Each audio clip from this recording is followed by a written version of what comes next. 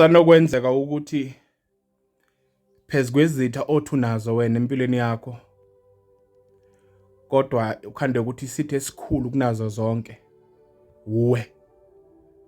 Ukhande ukuthi akulunga kangaka as much as you are blaming people ukhomba abantu, ngoba phela umuntu uma impilo yakhe ingalungi ukhona appointa ukuthi nawe umuntu ubhedisa impilo yami.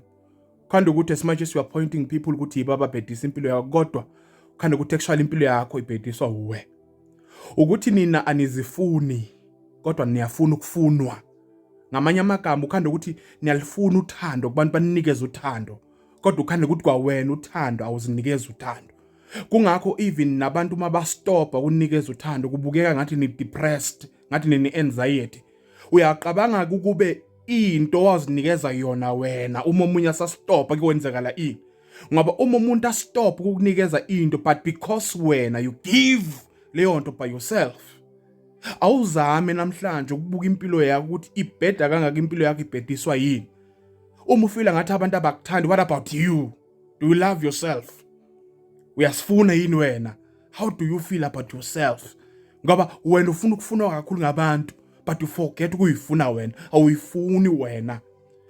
Kuningi ekumele ukwakhe empilweni, udisappointwe ngabantu bekumele wakhe nabo bakujikela. That's the reason why kube ngathi aqhubeke phambili, because wawufuna ukwenza yonke into nabantu kanti okunye kwenze wedwa. Ngoba you can never disappoint yourself. Hamba wedwa uphile.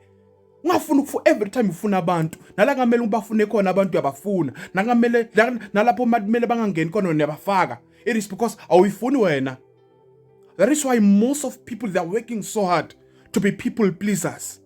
Ufuna uku-appreciate ngabantu but you don't even appreciate yourself. Wenza izinto zokujabulisa abantu kodwa when you are not happy. What about you? Abathi abantu bajabula kodwa you have served yourself first with happiness.